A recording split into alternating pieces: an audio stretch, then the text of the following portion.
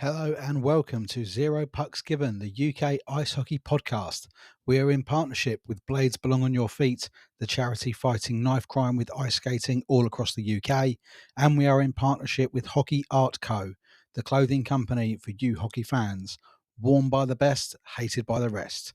Zero Pucks Given listeners get a 10% discount on everything on the Hockey Art Co. website.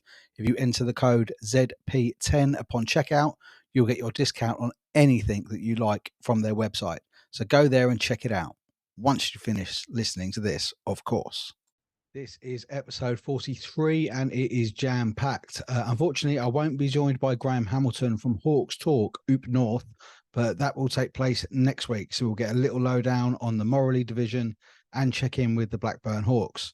I am, however, joined this week by Colin from MG1 Elite. This guy's coaching methods are all over social media.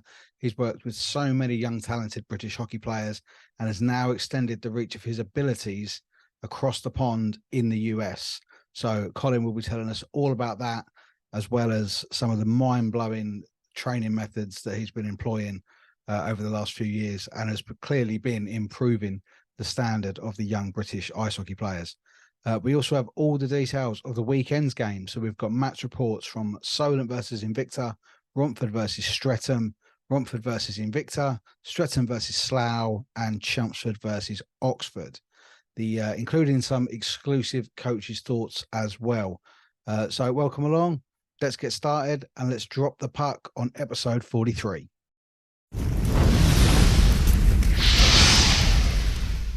We start down in Gosport as Solent faced Invicta. A fast-paced start to the game at the Devil's Cauldron in Gosport. An early chance for Solent saw Osman ding the iron, but on 8:22, the home side took the lead through Forsyth.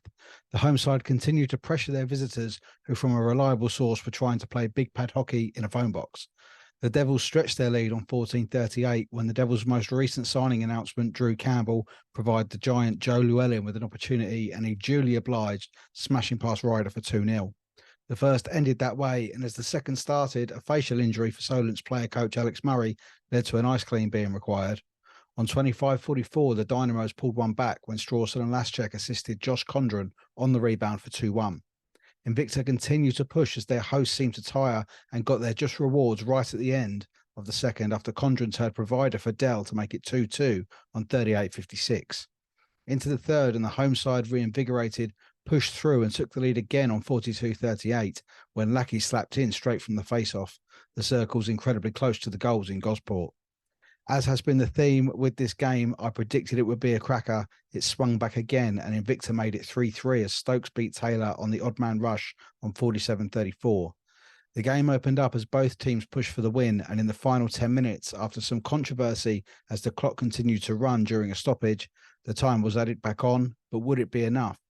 It was the home side that retook the lead when Cloutman and Forsyth worked a play that saw Dynamo's decor putting their bodies on the line, but none of them could stop Osman, making it 4-3 on 52:40.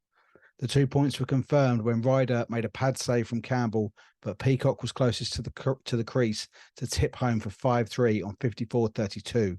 And that's all she wrote in Gosport. A day off for the Devils on Sunday, as Invicta will head home to welcome the Buccaneers on Sunday evening. After the game, Alex Murray and Carl Lennon gave me their thoughts on the opening weekend game, starting with Solent's player coach.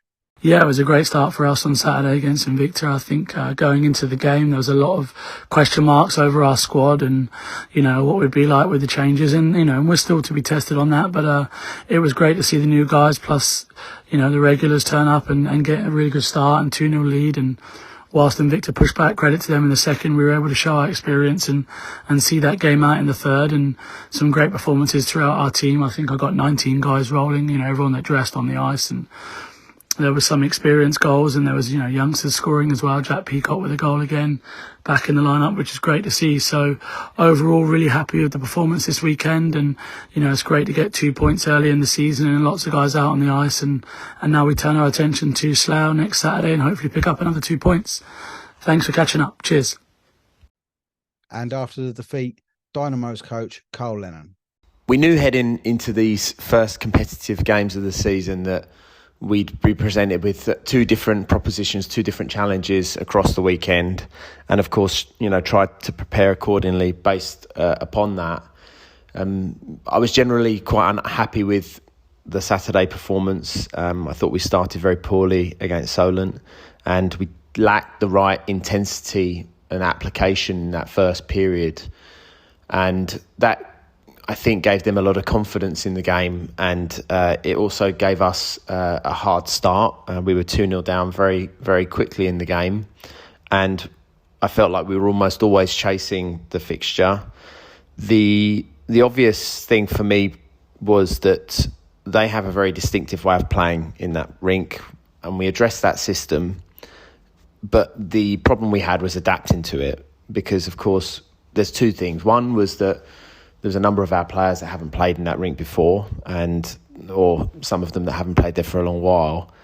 And that's a new challenge that you've not had for some time. And obviously that's a different environment to play in.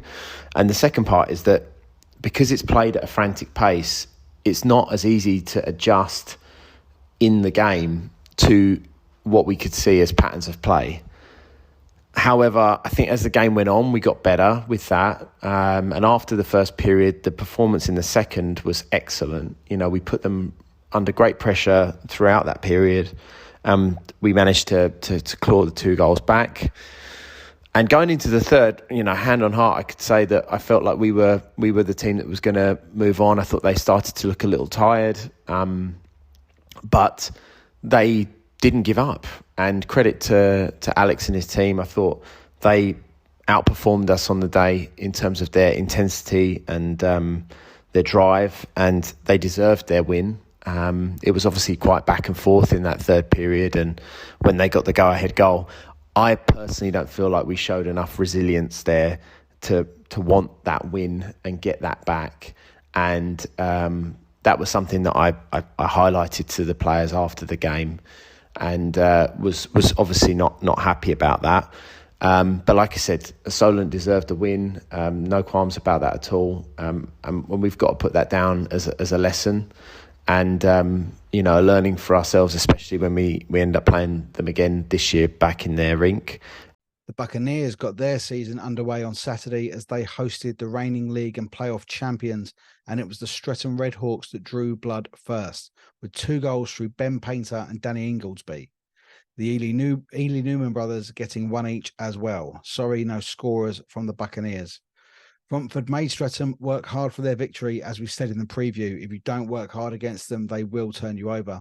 After the game, Jason Buckman and Ben Painter gave me their thoughts. Starting with Streatham player coach, Ben Painter gave his thoughts. Yeah, we went into Romford on the Saturday, and I think we were a bit surprised by their hard and fast start. They came out the blocks. They came out the blocks fast and sort of pinned us in our end for the opening part of that game there. But once we kind of settled and found our feet, I think we sort of took a bit of possession back and sort of regained a bit of control. Still showing some early signs and some signs that we got quite a new group and trying to find our feet a bit as a group.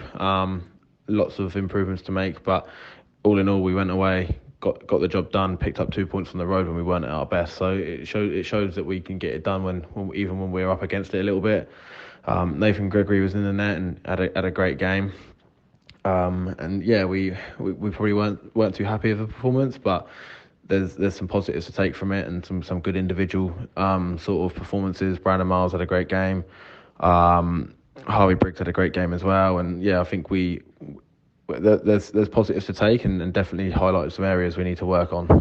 On to Sunday, and the Buccaneers headed over the Dartford crossing and down to Gillingham to face the Invicta Dynamos, smarting themselves after their defeat on the South Coast on Saturday night, and they took the lead early when Brandon Chard went unassisted on 3:01.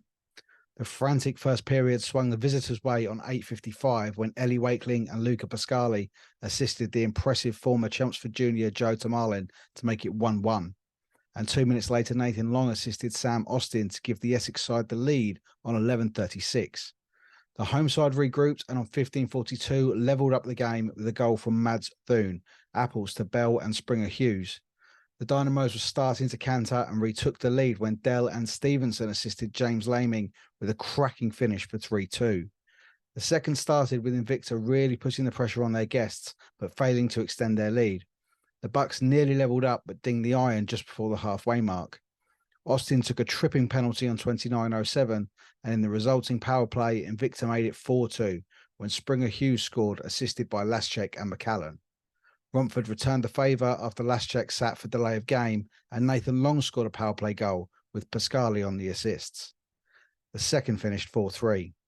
Into the third, and Mads Thune got his second with a cheeky little backhand a minute and 43 into the period to make it 5-3. With 10 to play, the Dynamos extended their lead again through Owen Dell, making it 6-3. Romford called a timeout shortly after, possibly fearing the game would slip away quickly as the home side were really in their stride now. Invicta finished the scoring with the 10th goal of the game from Huggett on 54:36, making it 7-3. Again, Romford made their opponents work very hard for the victory and will go into next week's Essex derby without a win, but certainly performances to build on. For Invicta, they also face Chelmsford next week as they host the Chieftains for the first time this season. Hopefully not the first of 10 meetings like last year. After the game, Carl Lennon and Jason Buckman gave me their thoughts, starting with the Dynamos head coach, Carl Lennon. Sunday was a very different proposition. Obviously, Romford would have come off of, probably a bit of a high, having a decent result against Streatham the night before. And of course, we're all looking around the league at the moment, trying to understand how teams are faring up against each other, because a lot of us haven't managed to play each other just yet. I think overall the performance was good, and there were some incredible, great individual goals, especially on Sunday. Mads picking up his first two for the Dynamos, fantastic finishes. Owen Dell on the score sheet again. Tommy Huggett with an absolute bomb of a slap shot. Ruskin with a great wrist shot in the top corner. And little Brandon kicked it all off for us with a beautiful sort of solo deke at the start of the game.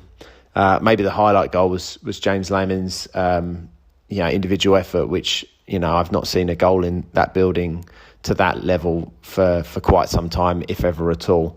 So it's definitely one to watch on the highlights package that no doubt we'll put out this week. But it was a game that was closely contested. Romford were very organised, and they created problems for us in the first two periods in particular. And a lot of those problems for me came more from individual errors, where we made poor decisions on changes, or we didn't clear zones, or we took silly penalties, and ultimately that gave them a foothold in the game, when I think at times we could have been clearer than what we were. But ultimately in the third period we pulled away, and we performed very well. We managed that game out very well at the end as well too, and a good win, and of course 2 points on the board, which we've got to be happy about. So a mixed bag of a weekend, and lots to work on, of course, and we take that forward now into Chelmsford next week. We have had a number of games against each other in the last year, especially. I think it was 10 last season. And, for the most part, we came out on top of that, which, of course, we can take confidence from. But we know that they're a very different proposition than what they were last season. I'm sure that Cliff has got them organised and very well structured. And, of course, they have new players on board, which will improve them. So we will not underestimate what they can bring to the table. And so we're expecting a big challenge this weekend. But, of course, we're really looking forward to it and, continue our season on from here. So, big weekend ahead of training, and a big weekend of games for us to come to, and look forward to it. Thanks. The Buccaneers coach was in reflective mood after the weekend and gave me his thoughts. Tough weekend of results for the Buccaneers. Lot of positives to take from the weekend though. Pretty sure the rest of the league has probably written this young team off at the beginning of the year. Saturday's result against Streatham was a tight, close game. We conceded a short-handed goal, but we also hit the crossbar, and that's the margins we're working with. Could have been a 3-3 game quite easily. Sunday, again, really tough game against Invicta. I would say 4 to 5 bad defensive zone mistakes. And when you play a team like Invicta with the offensive power they have, they make you pay for it. Moving forward, it's gonna not get any easier against Chelmsford this Saturday. But as I said, lots of positives to take out of both games at the weekend, and hopefully this young squad can learn from the mistakes and move forward and improve. Sunday night saw the Streatham Red Hawks host the Slough Jets, and a foggy start on the high road saw the Jets take the lead after killing off an early penalty. Jacob Minter assisted Seb Moore to make it 1-0 on 5:59. 30 seconds later, heads were lost as young Jacob Minter decided to take a pop at Streatham's fearsome enforcer, ending up with Minter and Miles both sitting for 5. After the penalties had expired, the Ely Newman brothers played their own game as Ben sets up Josh for 1-1 at 13:27. After swapping some penalties at the start of the second, player coach Ben Painter did what he does best and stole in to put his side ahead, short-handed on 34-16. Into the third, and after Minter took a seat for delay of game, the Red Hawks' powerful power play line did the business again as Painter and Pitchley assisted Ben Ely Newman for 3-1 on 46-30. Slough pulled Massey late on but couldn't affect the outcome. Both netties taking man of the match. That normally tells its own story.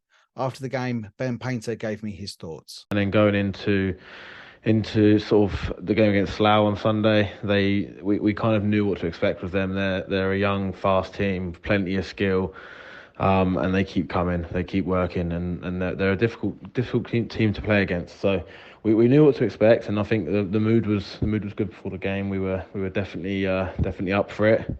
Got into some penalty trouble at times, but it was sort of a good hard game. Probably really good for a neutral fan or any fan really to watch the game. It was end-to-end stuff. Danny Milton had an unbelievable game in the net. Made some massive saves, definitely in the third, to keep us where we were and keep our lead. And yeah, I think we sort of showed that we can bounce straight back from a not so great game on a Saturday and really get a decent performance in against a decent team on the Sunday on home ice. Like I say, still more to work on, but we're building, and every week we're sort of we're getting better and galvanising a bit more as a group. And I think if we can play that way and have that mentality that we did on the Sunday and find a bit more cohesion throughout the squad and sort of everyone gets their legs back under them, I think we'll be good this year and continue picking up points along the way and just take game by game. And yeah, to get that one against Slough was a good sort of a real good sort of sign of where we're going this year and what we can do when we really knuckle down. The final game of Sunday night saw the Oxford City Stars visit the Riverside in Chelmsford for what was sure to be an exciting one. Quite a tense start, and Chieftains had an early power play opportunity, and although worked the puck well, it almost seemed to miss a Bartlett waiting at the blue line for a slap shot. The Stars killed off that early penalty. The Chieftains called upon the Chelmsford Warriors to fill 4 lines, including Frankie Clover, Tom Baptist and Josh Fall. Baptist got 2 for slashing seconds into his first shift at 6:31. However, Chieftains killed off that penalty with some great saves from Jordan Lorday. A hit on Damon Porter in the corner saw the Canadian leave the ice and not return. However, after speaking to him briefly today, no real damage, more precautionary than anything, so we should see him out again soon. The game ignited on 11 minutes when Alan Lack and Tom Banner clashed in a goalmouth scramble, seeing both sit for 5. This seemed to give the Chieftains the impetus to push on, and within seconds, neat play from Fillery and Rayner fed Ollie Baldock, who finished top shelf for 1-0 on 11:40. On 15:51, strong work by Tom Baptist saw the puck behind the net with TJ Fillery, who cheekily hit the puck off the back of former teammate Petr Cech and into the net for 2-0. 30 seconds later, it was 3 when Jay King had a shot that missed the target but angled off the board behind the goal to an unmanned James Pentecost, who gratefully tapped home with his baby son in attendance. A minute later, and Oxford's misery was compounded when great work again from Pentecost saw his shot rebound off Czech's pads, and Halden Barnes Garner collected and slot home from close range for 4-0 on 17-19. The pressure continued, but the scoring in the first finished with 0.4 on the clock as Jay King, who never scores, hit a rasping shot above Peter Cech's stick side shoulder to rapturous applause, and the first finished 5-0. Whatever Simon Anderson said in the interval must have had an effect, as his star side came out hungry and pulled one back early when on 20:55, Aaron Moody finished, assisted by Dylan Hullaby. The second remained open and competitive. A big hit in the neutral zone on Tom Baptist saw the bucket fly off, and the rink staff have to come and clean some blood off the ice. I understand Tom has been to hospital to have an eye injury looked at, hoping he is okay. The forwards were forcing both netminders to make great saves, and the game caught fire again on 18:32 when a hit on Dan Fay wasn't taken very kindly by Kieran Rayner. He dropped gloves with Dax Hedges for an even affair, a slip by Rayner bringing an early conclusion to that one. The third period was almost quite tense, and you could tell both sets of players were still searching for that match fitness. The Stars finished on the penalty kill after a late cross-checking penalty for Dylan Hullaby, but the score remained the same. A 5-1 win at home for the Chieftains, and after the game, Oxford head coach Simon Anderson gave me his thoughts. Yeah, disappointing loss for us last night, first game of the season. I think we started okay, and then obviously we had a few decent looks on Jordan. We couldn't quite put the puck in the net, and then we had a crazy sort of 7 or 8 minute spell where we kind of fell apart in the first period, and if it wasn't for Petter in goal, I think it probably could have been worse. But to be fair to the guys, we battled back, and I think in the second and third period, over those 2 periods, we obviously won the game 1-0. There's no consolation or points for that, I know, but it gives us something to cling on to and take into next week against Slough. We know now we can't afford to take a shift off in this league, or you get punished, especially against teams like Chelmsford. They will punish you, and that's ultimately what they did. But we're not going to feel sorry for ourselves now. We're going to move forward, dust ourselves down. We know what it takes to be better by the way we played in the second and third, and we'll get ready and practice on Wednesday and take it into Slough next week and hope for a more positive result. A massive thank you to all the coaches that took the time to supply their coaches' thoughts from the weekend. It is genuinely and massively appreciated. The coaches' thoughts will be available separately on YouTube later in the week as well. Well, that's all the games out of the way. Let's get to our guests. Colin Booth from MG1 Elite Performance.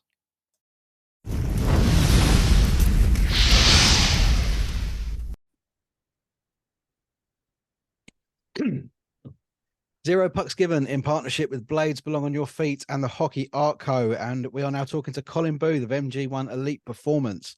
How you doing this evening, sir? Yeah, good. Thanks, mate. Thanks for having me on.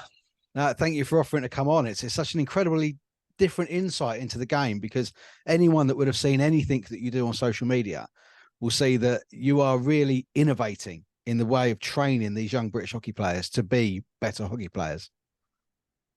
Yeah, well, I mean, thanks. That's a nice compliment, but I think at this point it's probably worth saying that hockey's not actually my sport. Really? So I can't skate. I've never been on the ice. I don't really have a long-term affinity with hockey. I've kind of ended up with the majority of my work now being ice hockey related, but that was never, ever the plan. No, but I suppose in this country, because of the lack of facilities, off-ice training is more important than ever. Yeah, and I think that's really where it came around. So just to put a bit of context into the backstory, that you're taking my first question there. Sorry, yeah, so my son plays hockey. He's a goalie, and I stumbled in it into lockdown, really. So when lockdown hit in 2020 or whenever it was, I was obviously not able to do my normal day job, which was, my sporting background is predominantly rugby and field hockey. And I was working with Ollie, my lad, just at home because, like everybody else, we couldn't go out, didn't have anything to do. And I foolishly, in hindsight, put it on social media, and Ewan King picked up on it. So Kinger messaged me and he's like, what's this stuff you're doing? So I said, well, I'm just like doing my job, but I'm bored, doing it with Ollie. And he was like, oh, I didn't realize that's what you did for a living. And the rest, as they say, is history. So I blame Kinger for it all, really. Well, we did have when I announced that you were going to come on, the first person that messaged me was Danny Milton. All right. And said, yeah, it's going to blow your mind. It's going to absolutely blow your mind, some of the stuff that he does. And he did briefly mention to me about something to do with being a squash champion. You two have a bit of squash court history. No. So we have a game that we play, which is a game we play predominantly with goalies, which is just a reaction hand-eye kind of game, but we call it squash. Milts thinks he's really good at it. I'm too kind to tell him otherwise. So if that's what he wants to believe, then we'll leave it at that. But Milts is a really good guy, big advocate of what I do. I've worked with him a lot at Kingers camps over the years, and at GB and things like that. And thanks to people like him and Davey Lawrence and Dave Clancy and obviously Kinger and Danny Myers and Ryan Aldridge and all these kind of guys who have been inquisitive, I guess, at the start about what I do, and then given me a chance to show how it impacts players and goalies. And then obviously the sort of role effect that's come from that, without people like them in the sport, we wouldn't be talking, So I think the credit has to go to those guys. And I'm sure there's others that I haven't mentioned as well. Yeah. Danny's actually on end of October, early November time with me. So I'm sure he'll fight his case for being the squash champion. Slab hands, mate. He's got hands like slabs. Yeah, he's it's such a. Obviously, I've seen that you do skaters as well as goalies as well. Yeah, but because it's such a niche sport. There's not many places in this country to play it, and particularly net minding is just.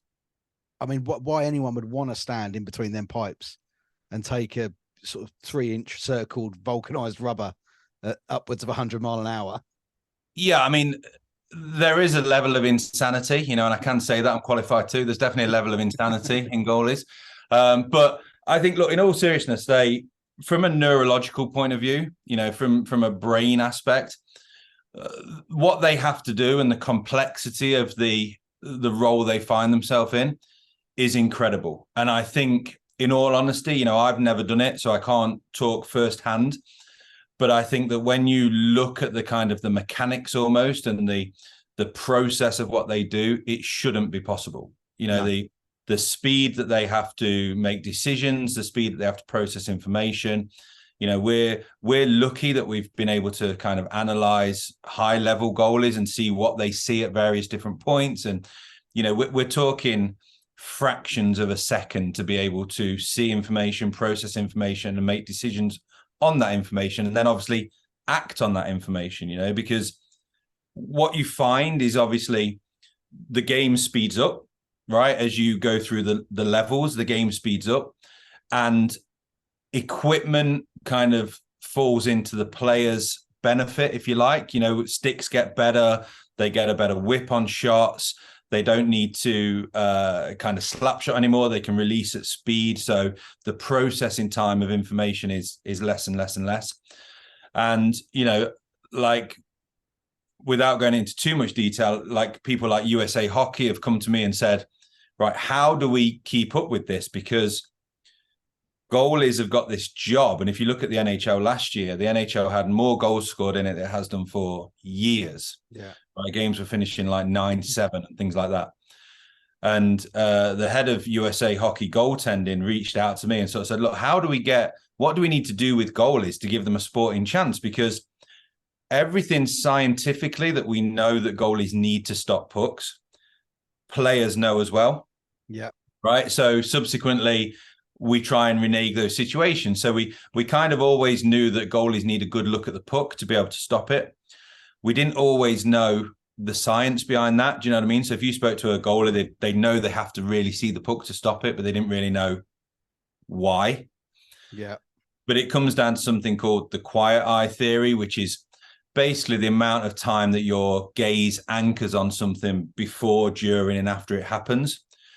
And when you get the relevant time right and the gaze anchor is strong, what happens is it kind of sends a message to your brain that says, right, based on the information I can see, based on what I know, so previous knowledge, pattern recognition, that shot's going to go from there to there in roughly this amount of time. So I don't watch it. I just predict from the information that I see. Yeah.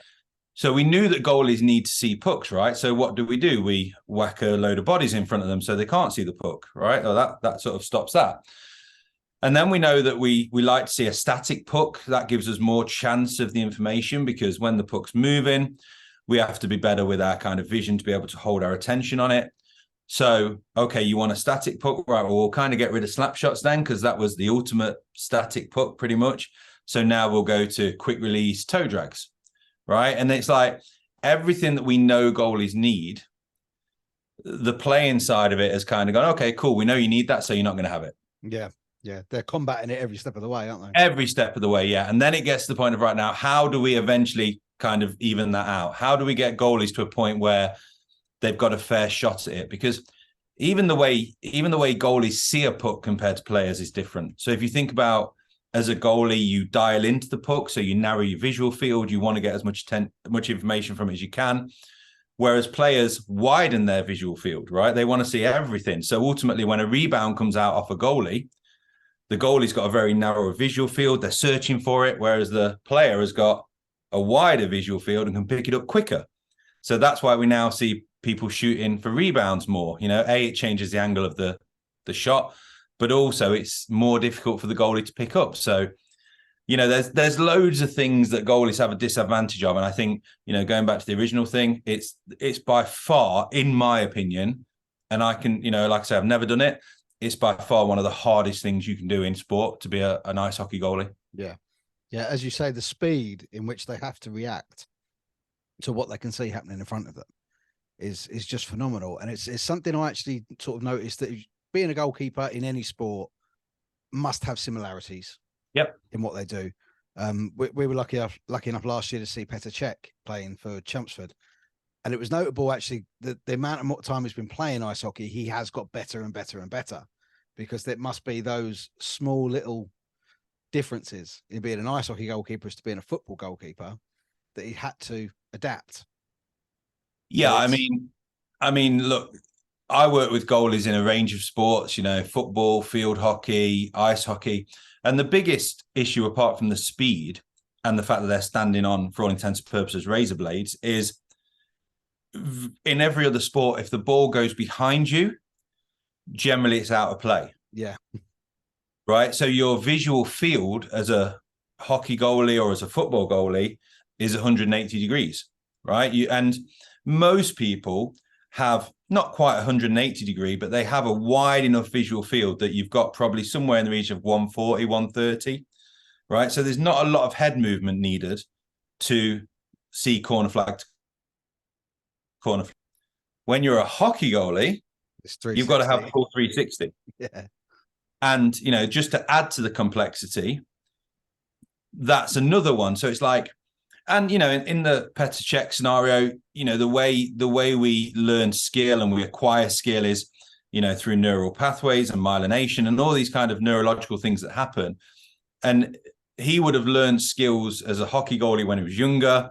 Then he's gone and done his football thing. So they're in his mind because he's done them. But it's a bit like riding a bike. You know, you don't forget them, but you do get rusty at them. So he's going to have to kind of go and find those things he learned as a kid in his brain and then bring them back up to the top and kind of build up those knowledge pathways again to the level they were when he was kind of, I don't know when he stopped playing, but I imagine it was quite young. Yeah. So, you know, it's not a direct transfer, but there's definitely some skills that apply to both, you know, like you say, the reactions and the speed of movement and all those. But yeah, hockey goal is just a different level of difficulty. And you've certainly used modern technology in adapting this training. I've seen things with virtual reality, with the quick reaction boards, with the lights, which is just incredible sort of eye-hand coordination training.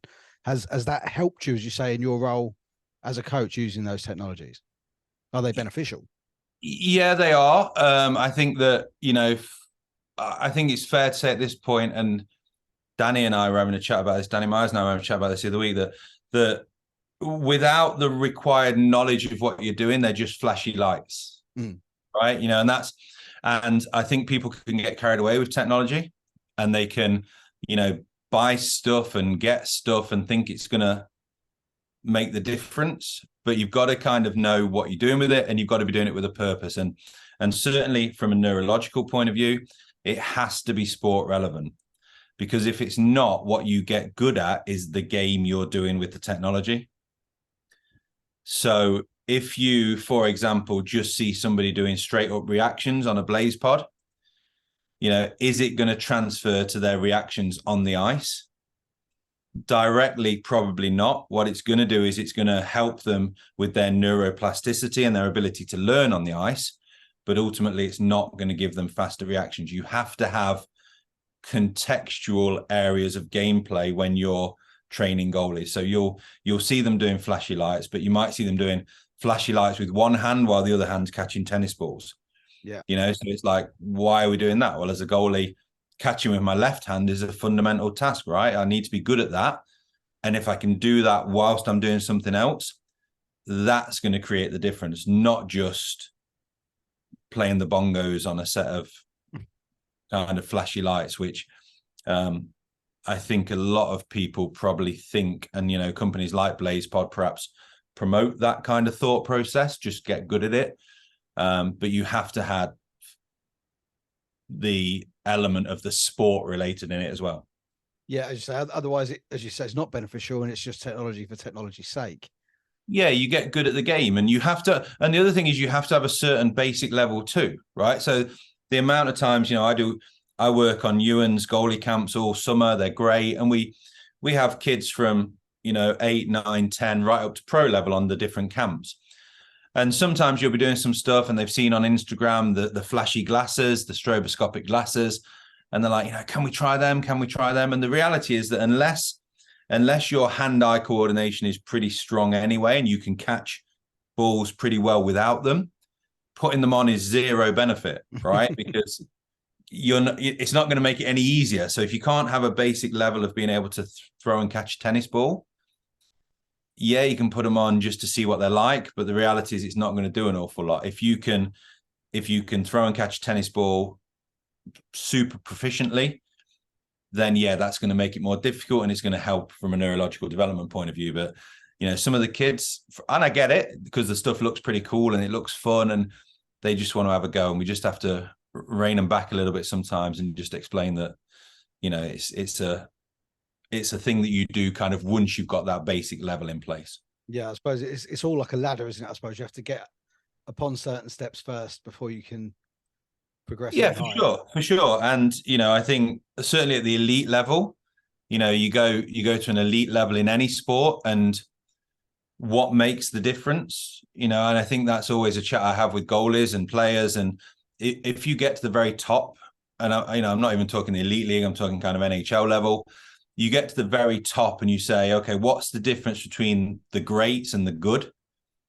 And it is things that have always been referred to in the past as kind of those fluffy, wishy-washy kind of, he just sees the game better. He's got more time on the puck. He seems to play in slow motion. He never seems to get flustered. And, the reality is that all those fluffy statements are the cognitive, visual, and mental side of performance, right? And we've never really been able to, certainly in the UK, we've never really pinpointed that before and gone, no, these aren't fluffy, these are trainable skills, right? And the US is ahead of us, like as it always is. But again, thanks to the coaches I mentioned earlier, we are catching up, and our approach to it has been very different. Our approach has been, how do we bridge the gap because of the situation we find ourselves in the UK with rinks and ice time and opportunity? What can we do away from the ice? Like you said earlier, what can we do away from the ice to keep in touch or get us closer to those other nations? Whereas in the US, I was over in the States a couple of weeks ago, and when I'm in the US, it's very much about how do we take the good to the very good. It's like, how do we get to that next level? And, and both of them have value. That's just the way we are in the UK. We have to look at things a little bit differently, because if you don't, right, you just join the rest of the people who moan about the state of British ice hockey. Yeah. And, I could do that too, but that's not going to add any value to the teams or the athletes I work with. So, you can be more beneficial to yourself and your organization away from the ice as well as on it, for sure. So obviously you mentioned earlier that the US goaltending team actually reached out to you. Yeah. And you were in the US a couple of weeks ago because you've actually opened up over there as well. Yeah. So in Virginia, so just outside Washington, a place called Sterling, Virginia, we've got the first MG1 brain gym in a facility called Loudham Ice Center, which is, I guess for the UK, it's an ozone type rink. Yeah. Right. It's a small 3-on-3 training facility. And Darren, the guy who runs that, reached out to me on LinkedIn, maybe, I don't know, a long time ago, months ago, just, really inquisitive about what we were doing, how it was being done. I think it was maybe an eye tracking video or something I'd put on with some goalies. I can't remember exactly. And we've been talking for maybe 6 months, 8 months, just backwards and forwards, how can he's very much in the same thought process as me around athletic development and how society has changed the way athletes develop. So, I'm not going to guess how old you are, but, I'm in my mid-40s. And when I was young, the way my childhood was very different to the childhood of today, right? And I would go out and I'd play football all winter. I'd chuck a rugby ball around. I'd play a bit of cricket in the summer. I'd play tennis for 2 weeks in the summer, pretending it was Wimbledon. And, mum would call me in at 9 o'clock when the streetlights came on, kind of thing. And what that does for children is it develops a multitude of skills that we don't really develop anymore. So it develops things like problem solving, creativity, decision making, dealing with adversity, toughness, resilience, all these skills, right? And the reality is that we don't do that anymore. Society's changed. And I'm going to be honest as well, because I deal with parents a lot. Parents don't always help that either. So, there's a real need or a real desire at the minute to kind of parachute parent a little bit. So when kids face a bit of toughness or a bit of adversity, the gut reaction nowadays is sort of like to pick them up and drop them somewhere else, rather than, and we see that in hockey all the time. Kid gets picked in the B team. It's like, oh, coach doesn't know what he's doing. We'll take you to this club and you'll be better there, kind of thing.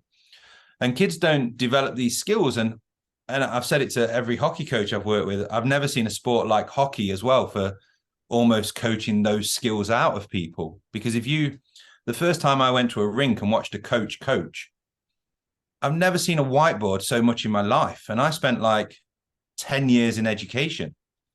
So the amount of drawing on whiteboards, so like you pick the puck up here, you go around here, he's going to come here, this guy's going to come here, you pass to him, we go. And it's like, well, that doesn't happen in a game. Like, where does decision-making come into this? Where does the need to lift my head up and see what's happening? Where does the decision-making element come into that drill? And like, what happens then when the defender actually wins the puck? Because at the minute, all you want them to do is just kind of like whack it up the ice. Just get rid of it. That's the drill over, we'll go again. Well, that doesn't happen in a game. So we almost coach these kind of skills out of them.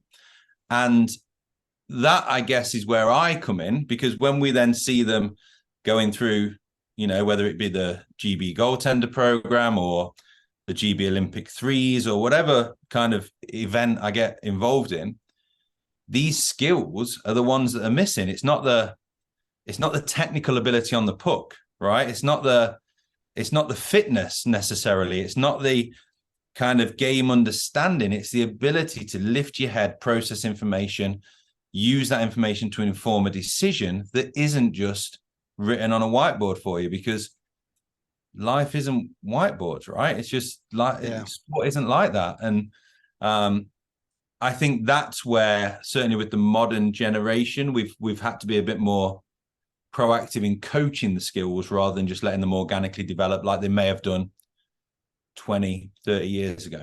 Yeah, I'm not actually that far behind you on years. So, but yeah, that was exactly the same sort of growing up for me. And I don't know if people are maybe now assuming these kids have got these sort of skills, but they haven't, as you say, because they need to be coached into them because of the way society is so different. But it's, I mean, because as a sport, it's obviously incredibly expensive to play. Mm-hmm. It's incredibly difficult to find somewhere to play, depending on where you are in the country. Is that something that could be combated to make it better? Because you kind of, it seems like you're paddling against the tide, really, to try and improve the players that we've got playing the sport. But is there something bigger that needs to get more people playing it? Oh, look, like I have to be careful about getting involved in conversations like this because of, my employers at various different organizations. But do I think ice hockey is expensive? Yeah, 100%. And I can talk about that from a parent's perspective as well. Like I said, my boy plays, he's a goalie. I mean, that's just insane expense. Yeah.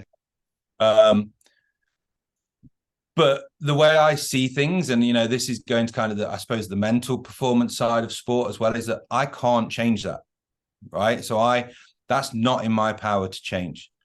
And one of the big things we work with athletes is if it's not in your power to change, it shouldn't be entering your mind, really, right? Because we get like obsessed with events, right? So like things happen as players, and we fixate on the event. So a bad call from the referee, that's an awful call, and they might spend 5 minutes thinking about the awful call. But I can't change that. So that 5 minutes is just negatively impacting me, right? The only thing I can change is my response to how I deal with that event. And that response is going to generate the outcome that hopefully I want, right? So I can sit here and go, there's not enough rinks, it's too expensive, the ice time is shocking, we're not getting enough kids on the ice at the right times, blah, blah, blah. But I can't change that. So I can sit and moan, or I can go, right, here's my response to it. Here's Danny Myers' response to it. Here's Ewan King's response to it. Here's Dave Clancy's response to it. Here's Davey Lawrence's response to it. Because we can't, well, Danny can, I suppose, but we can't go and build rinks. We can't go and change Planet Ice's ice times or whatever it may be, or, give kids more opportunity. But we can try and find a way around it. Yeah. Right. And I think, when I work with kids and athletes, and you sort of say to them, you're going to hit roadblocks, right? Something's always going to go wrong. And when it goes wrong, you have to turn into sat-nav mode, really. And sat-nav very rarely will say, nah, give up, you're not getting there. Sat-nav will just deviate you another way around it. Absolutely. Right? That's a great analogy, actually. And we have to do that. And, it's a block in the road isn't the end of the road, right? We have to just find a way around it. And we've got 1,000,001 things that make it difficult. But then on the coin side, we have 1,000,001 opportunities to do different things. And, credit to Ice Hockey UK, the goaltender development program has been relaunched this year. Ewan's in charge of it now with Dave Clancy. And, they're investing money in the goalies in that to work with me throughout the year. So I think credit where credit's due. We have to, because a lot of people like to knock governing bodies and organizations, but actually they've seen the benefit that we've had with junior Great Britain goalies and senior Great Britain goalies. Like I work with those as well. And we're giving every kid who's in that now, from, I think on the boys' side, the youngest ones are 08s, 09s possibly. Yeah. Through to kind of the current under 18 block. And in the girls, they're a little bit younger because obviously we've got less of a pool. But there's around 30 goalies across both programs. So, credit to Ice Hockey UK, they are, like we've just said, looking at what they can do, not just highlighting what they can't. Yeah. And that's all we can expect, right? Exactly. Yeah. And as you say, that's why the sort of the off ice training is so important. But with the mental side, is it very much the actual mental side of the game, or are you sort of coaching these young athletes to have a control on their mental health as well? Because obviously it's a sport, but there's a lot of rejection. Yeah, great question. So I think that depends on the scenario that I'm going into. So, I mean, I'll give you an example from the GB Olympic program. So obviously, as you know, we are for the first time taking a U16 out to the Olympics in January. Danny asked me really early to be involved. And one of the key reasons for that was that, we had, forgive me if this is wrong, but I think we had 50 skaters and 8 goalies at the first trial. Mm. And we're taking a squad of 11 plus 2. Right. So there is a very large proportion of the kids who are going through this process who aren't going to go out to the Olympics. And these are 40, 50, I forget what the starting number was, but these are 40 and 50 of the best 08s and 09s that we have in the UK. And because they're the best 08s and 09s in the UK, they've not had an awful lot of rejection. No. Right. So they've made every showcase team. They've gone away with representative teams. They're playing for their, A team at club. They're on the PP. They're on the PK. They're putting up a big number of points. And for the first time ever, this might be the time when they are, for all intents and purposes, not good enough. Right. Mm. So, Danny sort of asked me, and the first time we got together was to get the kids and the parents in the room together and just explain some of the tools you can use to deal with that. Because again, we go back to this, the sort of the sat nav analogy, it's just a bump in the road, right? It's not the end of the road. No one's saying that you're not going to make a pro hockey player. You're not going to go to college in America. You're not going to do whatever you want to do. What's potentially happening is at this moment in time, it's just not your time. Right. And that's just the way it is. And you've got 2 choices. That's the event, right? Yeah. The response is all on you. So is the response, okay, I'll take on board what I've been told. I'll take on board the feedback I've got and I'll go away and work on that. Or is the response, screw you. You don't know what you're talking about. It's because I don't play for X club, blah, blah, blah, blah, blah. And this is, parents and kids in the room together. And that outcome that comes from that response will be very different. Yeah. Right. And that's what we're trying to get people to understand. So I think that mental health is obviously hugely important and probably starts to play more in with some of the pro players I work with, if I'm being honest. Because I do think that when it starts to become a job and, the mortgage depends on it, and a lot of guys, especially in the UK, are perhaps year-to-year contracts. Yeah. And there's not a lot of kind of security in that world. And, they may go and get married or have kids or all these things that life brings at you. Just being able to kind of manage that side of their mental health and just being able to kind of compartmentalize things and, focus on process rather than outcomes is something that's really important. And it kind of, they go hand in hand a little bit, but I would, in all honesty, say that the mental health element probably comes more into the pro ranks. Yeah. And I mean, you'll know, as being a sort of a coach or trainer of any level, you're 50% shrink. The amount of times that you spend with these people. My wife's a personal trainer, and it's half the job. Yeah, I mean, obviously it is my background, because as much as I'm not a sports psychologist, I'm qualified as a mental performance coach.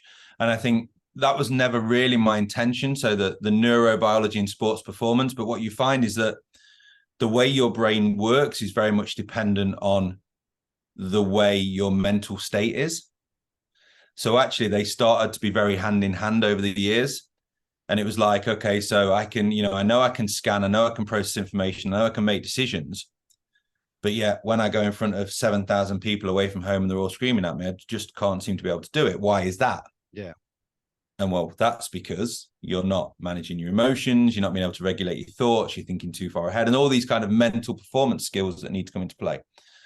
But what I will also say is that, like, we still view in the UK, and I was going to say it's changing, but it's not really. We still view the mental performance side as something I do when there's a problem. Oh, so it's sort of cure It's rather than rehab. prevention. Yeah. Yeah, it's viewed as rehab. So, you know, I'll get texts, phone calls from people out the blue that I haven't spoke to for maybe a year, who'll be like, "Oh, this happened last night. What do I need to do about it?" You know, like, and they want a quick kind of plaster, you know, put this on and do that, and 3 times a day and you'll be fine. And the reality is that mental performance is very much like technical and physical performance, is that you have to train it, you have to practice it. You can't expect to walk into an environment and deal with it without having put the groundwork in first. And, you know, like, think about kind of the nights last year. So Leeds, obviously, is I work with Leeds, and walking into that playoff weekend, you know, where you've got the weight of expectation is almost drowning you, because everyone assumed they should have won. Yeah. Everyone thought they were going to win. All the fans, except for the one Leeds block, wanted them not to win. You know, you've got all the other teams coming in effect with nothing to lose because they're playing Leeds. And you've got Leeds with everything to lose because they should win it. They've run away with the lead. And they got through that weekend because of the work we'd done all year. No, sorry, but it helped, right? It's not, I'm not saying it was, but it helped. They were able to deal with situations, manage their emotions, regulate their performance based on, I don't know, 25 meetings over the course of the year, you know? So, and again, that's where people like Oldie are forward thinking, you know, they want to give their teams the best chance of winning. And, you know, that's what happened. And when you do it that way, you get a chance to develop the skills, learn the skills, and then pull them off during performance, right? Whereas if you just go, oh yeah, I remember reading once that if you try and breathe deeply on a shift change or something, that'll help.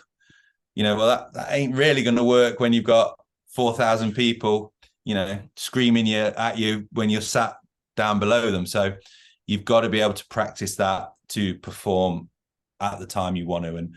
And that's probably the biggest issue at the minute, is that people don't see the benefit in practicing, and then they get into the situations, it goes wrong, and then they want fixing.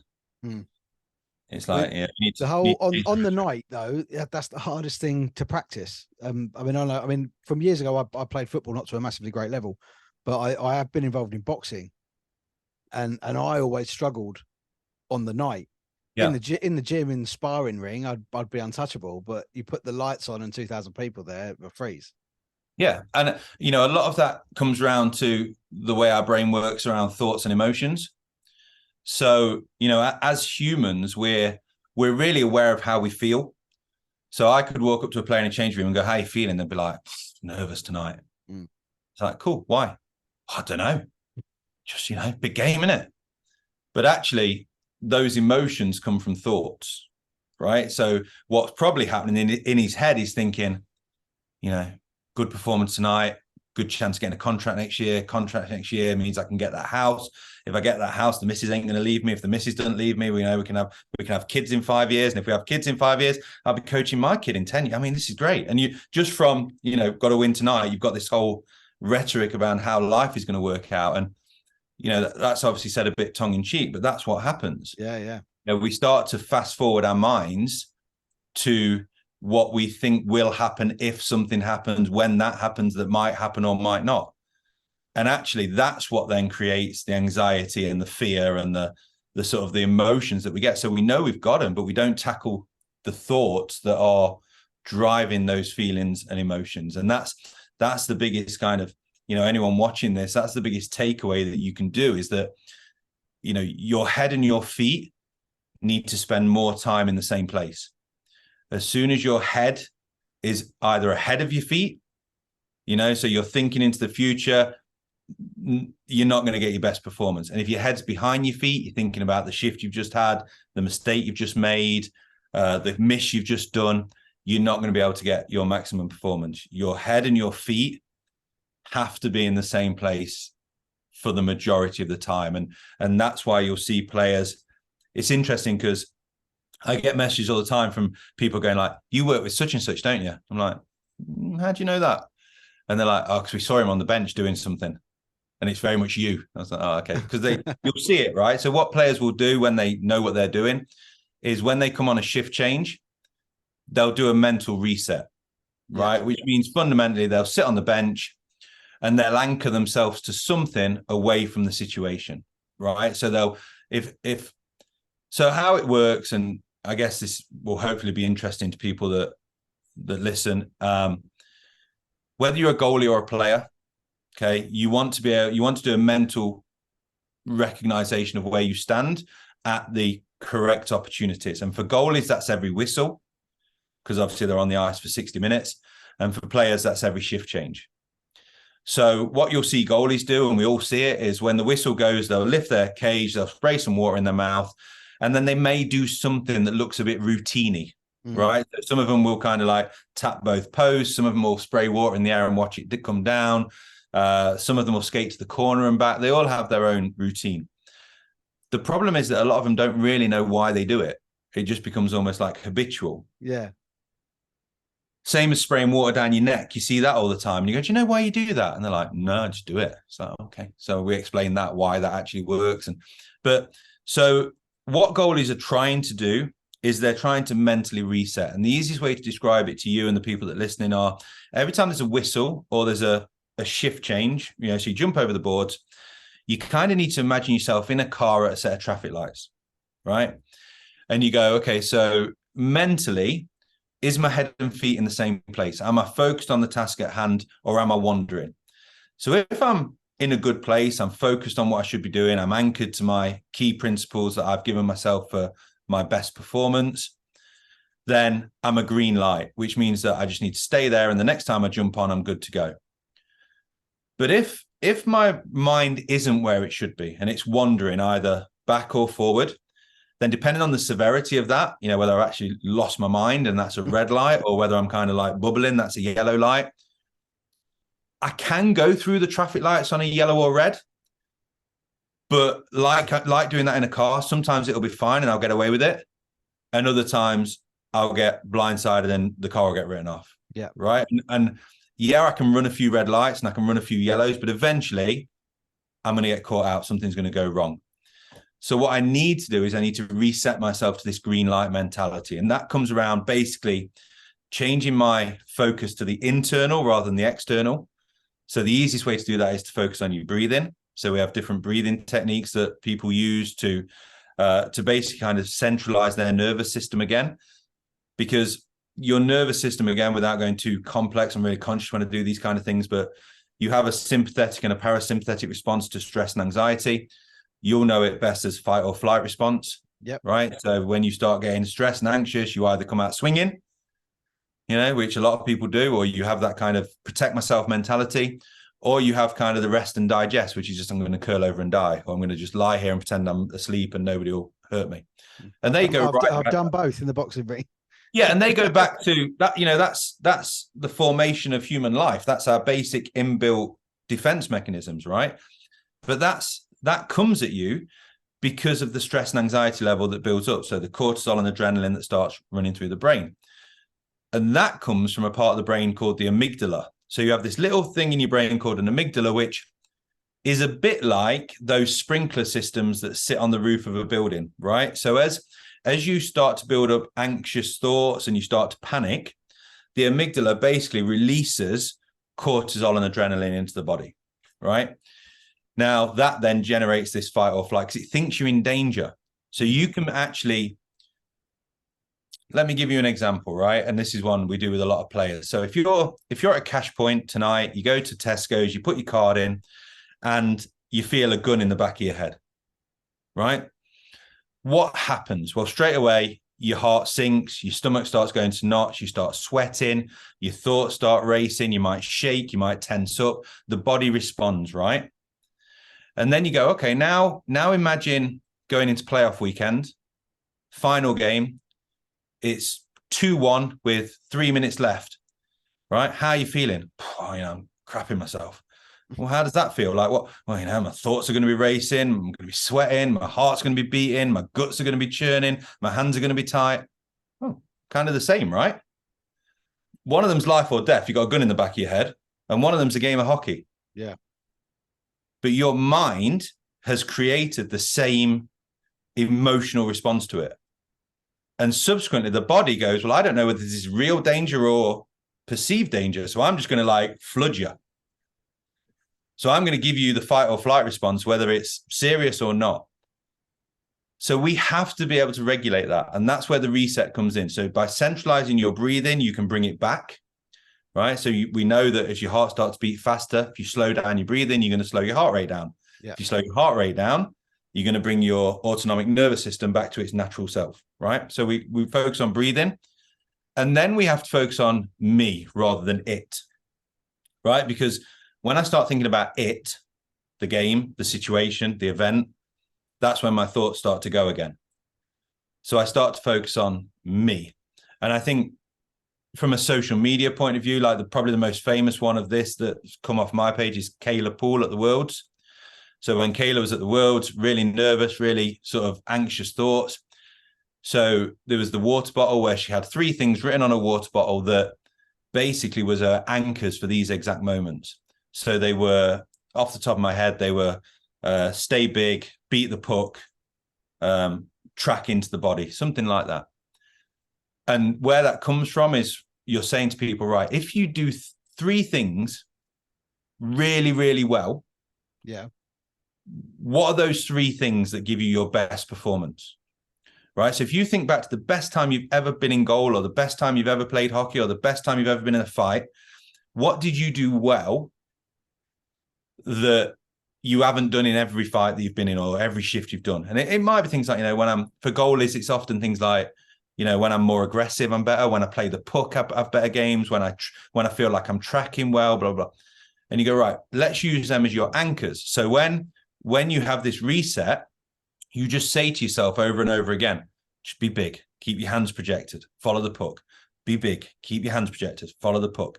And what happens is by just saying it over and over again, verbally, not in your head, verbally, the thoughts that are going on dissolve and the focus goes to you. Yeah. Almost and like then you go out and almost like manifestation. Yeah, exactly. I mean, it's just trying to centralize the thought process away from the outside to the inside, because ultimately that's all I can control. Like if I can control being the best version of me, then I'm going to give myself the best chance to succeed. And ultimately, that's the sort of confidence I want to have as well. Because when confidence comes from within, based on what I do or don't do, I don't have this reactive confidence that comes from performance. Right? So reactive confidence goes from played well, played bad, scored, didn't score, shut out, conceded. And my whole life of an athlete is like this. Whereas actually, if my confidence is drawn from an inner place of preparation, work ethic, my sleep, my recovery, my nutrition, if I do everything to the absolute best of my ability, then it's much easier to accept that sport is sport, and that's why we play it. Yeah. Sometimes I'll win, sometimes I'll lose, sometimes I'll score, sometimes I won't, but I've done everything I can. And when I get to a point where I'm more internal focused than external focused, I get to be more productive and I have a better chance of maximizing my potential ultimately. So that's kind of where we work with players and goalies to kind of keep that thought process through 60 minutes. Because as you said, it's difficult when you're in the heat of battle, but you practice it. So like you'll see people doing training, and when they've done their thing, their drill, they may jump off and they may sit on the bench and they may practice that. And then they come back on for the next round of drills. Yeah. So we took a really proactive approach last year to try and get people ready for when these things come, because they always come. Is it difficult to try and feed it into them? Because as a group, hockey players tend to be incredibly superstitious and have these incredible little routines that they do pre, during, and post game. And if you're trying to sort of say, no, you've got to turn that off and focus on this, or do you play with them? No, I think you play with them a little bit. I mean, I think my approach is definitely education first. So I'll spend a lot of time just explaining how the brain works, how mental performance works. And I think for a lot of people, that's almost not quite a light bulb moment, but more of a like, oh, thank God it's not just me kind of moment. Because it's like, this is what happens in sport, and then we're like, I didn't really want to talk about it because I thought it was just me that felt like that. Yeah. And you're like, no, that's everybody. It's just some people can manage it really well and some people can't. And, but most people will feel stress and anxiety to a certain level. So I think the first part of it is education. And then the second part is kind of seeing results. Hockey players very much want to see the output from it, and I think I remember Kieran Brown last year. He, I'm sure he won't mind me telling this story. I can't remember the game, but I was stood at the side of the bench at Leeds, and Brownie was getting more and more wound up as the game was going on. I just called him over and I was like, Brownie, just breathe. Just relax. Just breathe. So he sort of through gritted teeth, kind of like went on and scored, right? Skated around. He's like, you're a wizard. It's like, well, not really. It didn't quite work like that. But, it was like, but they need to see those little wins, right? And sometimes it's coincidence, like that probably was. But I think over time, when they start to understand it more and they start to put little bits into practice and see some of the things that you've talked about theoretically, and they start to put two and two together, then it kind of clicks a little bit and then they run with it a bit more. But you're right. I mean, superstitions they're not a lot of use. They're great for making an excuse when something goes wrong, but then, like, oh, I didn't put my left shoe on first. There's a difference between routine and superstition. And sometimes you have to kind of clear that one up, because there's nothing wrong with routine. Routine is a really useful tool, especially for pro athletes. Having structure and having kind of the way you do things. But when it crosses into superstition and that superstition starts to play on your mind during performance, like I put my left skate on instead of my right first, then what's actually happening is my head and feet aren't in the same place because I'm thinking about how I got dressed when I'm skating around in the first period. Yeah. And we're going back to that whole head and feet sort of scenario. So I think, education around the difference is important, but look, the players I've worked with have on the whole been really, really accepting of it. And I'm guessing if you ask them privately, they may have had a bit of sort of question marks about it at the start, like I can accept that. But I think as soon as they started learning, and they were always very inquisitive and they were always very interested, and you'd get people saying things to you that you'd said like 6 weeks before, and you're like, well, some of it's definitely going in. Yeah. And like I said, I think that the coaches that I work with, particularly at the minute, help that process because they're so invested in it. They see that benefit in it. And that helps when you've got people kind of like pushing you forward as well. Yeah. I'm sure, like I said, when Miltz is on, I'm sure that he will sort of wax lyrical about what he's learned and what done there. And another goalie I know you've worked with, I'm a Chelmsford fan, you'll also have him up in Leeds now, is Luca Tasadri. Yeah. The kid's a great character. His feet are very firmly on the ground. And when he signed for Leeds, I waxed lyrical about him. I said he's the best GB prospect. He's probably the best prospect in Europe for a netminder. Have you seen him since he's been up there? Yeah, I have. Saw him today. Saw him this morning. He's training at Leeds and at Widnes at the minute because he's getting game time up at Widnes. Yeah, look, I think Luca's a great kid. He's got a great mentality for a goalie. He's very, very chilled out, very relaxed. I think that being at Leeds is a big step up, and that will bring challenges to him. We've talked about them with him, just the whole professionalism of it and just kind of the expectation of him as a pro athlete for all intents and purposes.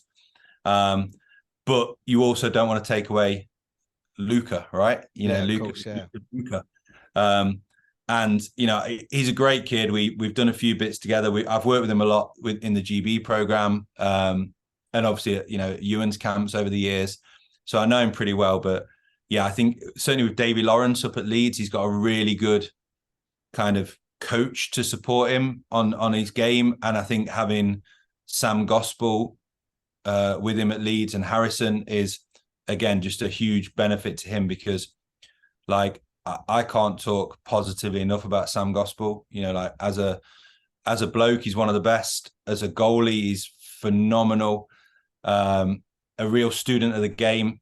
You know, needs to sometimes relax a little bit and get out of his own head. But you know, as a guy, he's one of the best, and I think he will help Luke and no end over the rest of the season. Yeah, it's something every single fan in Chelmsford, there was people offering to drive to wherever he went to university, pick him up and drive him back to Chelmsford in order to keep him there. He moved into his halls yesterday. So for the Chelmsford fans, he's fine. He was a little bit tired this morning because it's Freshers Week, and he hasn't been out, but he is in halls, so he's not sleeping brilliantly at the minute. So he's a little bit tired today, but he's fine. We're looking after him. He's okay. Yeah, no, and his dad's still involved at Chelmsford Hockey with the Warriors as well. So I know he always keeps everyone informed on how he's his dad was up at the weekend. I think Luke said his dad had come up yesterday to help him move into his halls, and then I think he played last night against the Lions as well. So Sunday night, against the Lions. So I think his dad had watched that.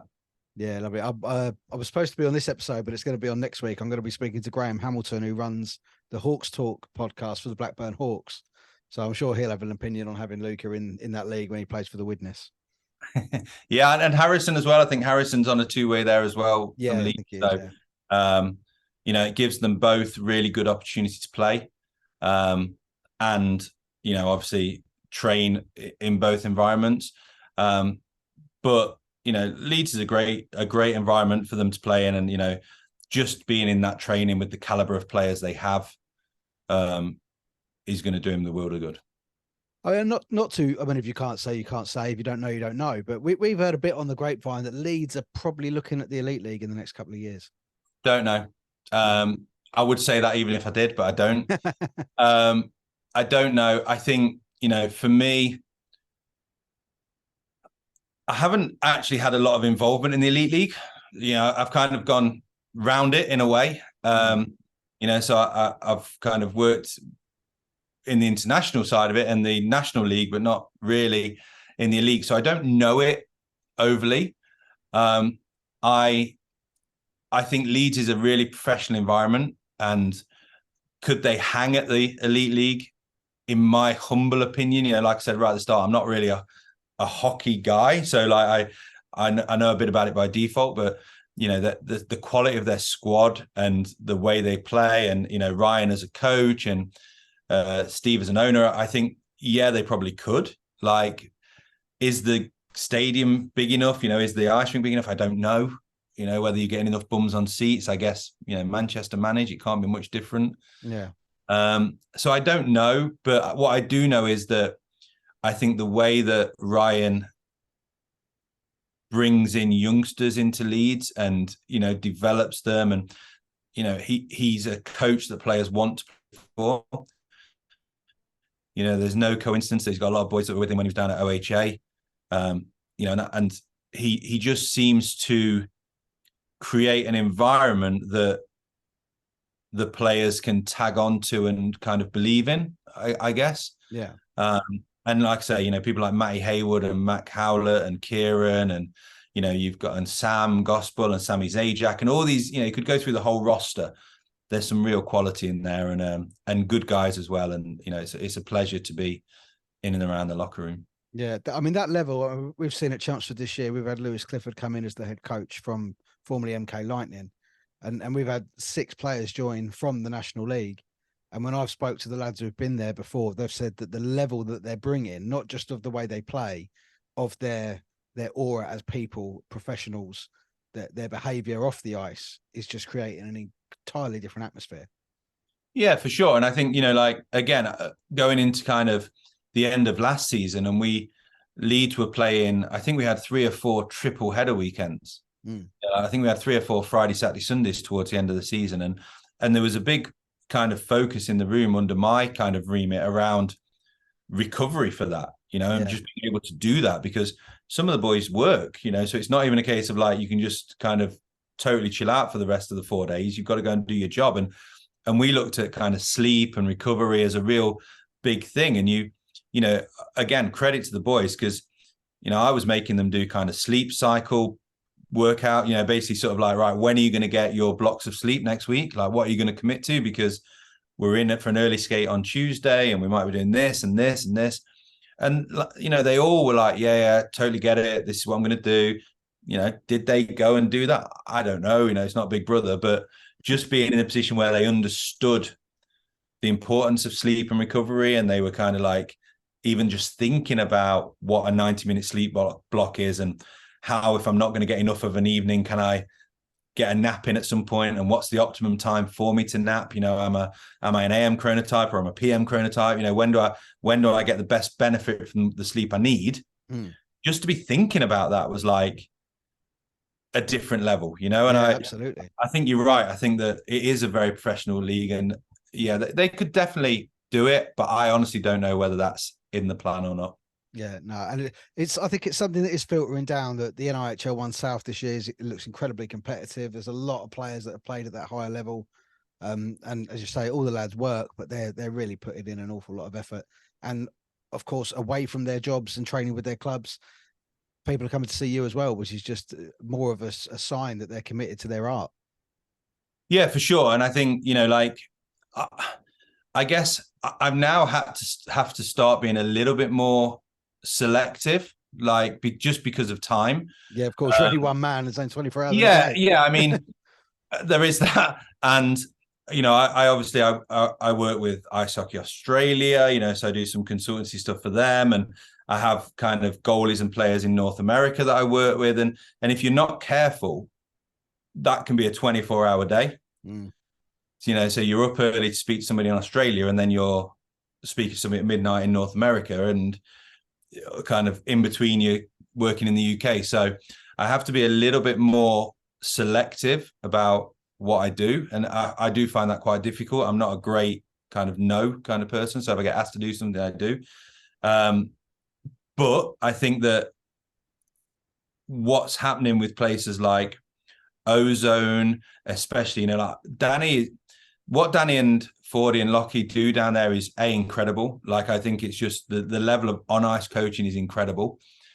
But I think that what they've started to do, perhaps since I've been involved, is they've started to kind of look at the skills that I develop off ice and try and bring them into their on ice practice as well. Yeah. So if you can't implement one from the other, it's pointless, isn't it? So. Yeah, exactly. And we'll be on a GB day or something, and I'll be stood at the side of the ice, and can't skate, don't know what I'm doing on the ice, don't know about structures and teams and all this sort of stuff. But I will say to Danny, if you add this in, it will just add X, Y, and Z. And he's like brilliant. He'll be like, I didn't think about that. Great idea. Right, we're going to do this. And I think that's, like I say, credit to them, because they've welcomed me into their world. I live in Nottingham, and I can honestly say, a little bit shamefully, I had no idea who Danny was, much to his disgust probably at the time. But, I've only really got into hockey since Ollie's been playing.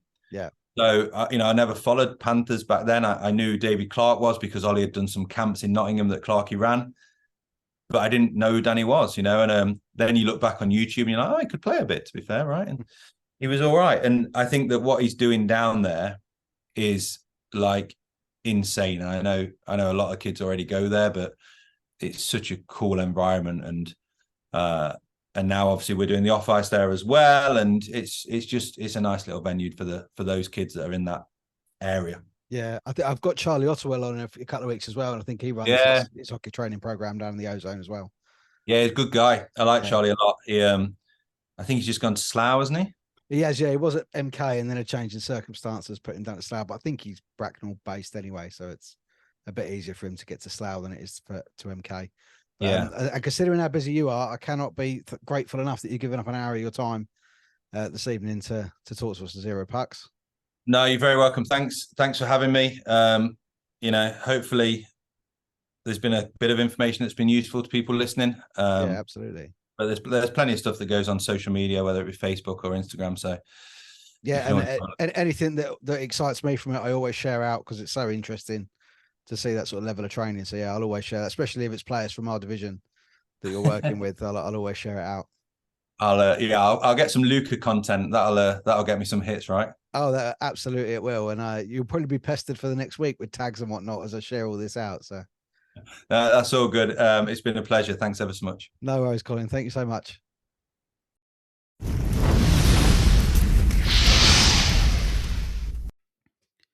A massive thank you to Colin Booth from MG1 Elite Performance for joining me. I thought that was really, really interesting. A different insight into the way that the young British hockey players are now training. And as we discussed, some of them are looking now to go abroad rather than upwards to the elite league in this country. So, yeah, certainly a change there. So the fixtures then for this coming weekend, it's a slightly quieter one. No game for Streatham. They have a weekend off. On the Saturday, you'll find the Buccaneers hosting the Chieftains at the Sapphire Ice Centre. Tickets available on the door, or head to the Romford Buccaneers social medias. Hit the links there to try and get your tickets. And the Solent Devils are hosting the Slough Jets at Planet Ice in Gosport. So you can get your tickets online or by calling up Planet Ice in Gosport after 10 o'clock or 10:30, it may well be, on Wednesday morning. Into the Sunday, and Milton Keynes Thunder are hosting the Buccaneers up at the Planet Ice in Milton Keynes. It'll be cash or card on the door. Invicta Dynamos are hosting the Chelmsford Chieftains, so a road weekend for the Chieftains this weekend. Down at Planet Ice in Gillingham. Tickets available in advance. Go to the Invicta page. I think there may well be Ticketco, or call Planet Ice directly to purchase those tickets. And at the Oxpens on Sunday night, the Oxford City Stars are hosting the Slough Jets. So 2 games in the weekend for the Jets, the Bucks, and for the Chieftains. To go for a 4-point weekend from all of those clubs. So yeah, it should be a good weekend of hockey coming. I'm hoping to get to Romford Saturday night. Not too sure about Invicta Sunday as yet, but yeah, make sure bring your loud voices if you're following the Chieftains down there. And everywhere you go, traveling your teams, travel safe, bring your loud voices, and enjoy the fact that the hockey season is back. We will see you next week, where I'll have Graham Hamilton from Hawks Talk, the podcast for the Blackburn Hawks. We'll be discussing the Moral League division, and I will be joined by Christian Moore from the Slough Jets as well, talking about his career, past, present, and future, of course. So thank you so much for listening, and we'll see you next week. This podcast is hosted by Spotify for Podcasters. It is available on Spotify, Apple Podcasts, Amazon Music, and anywhere else that you get your podcasts. You can follow on all the social medias. It's at 0 Pucks Given for YouTube and Facebook, at 0 Pucks Given Podcast for Instagram, TikTok, and Threads, at 0 Pucks Pod on X, and Ben Hyde ZPG on Snapchat. Follow us on all of those, and you will not miss a thing. Thanks for listening, and we'll see you next time.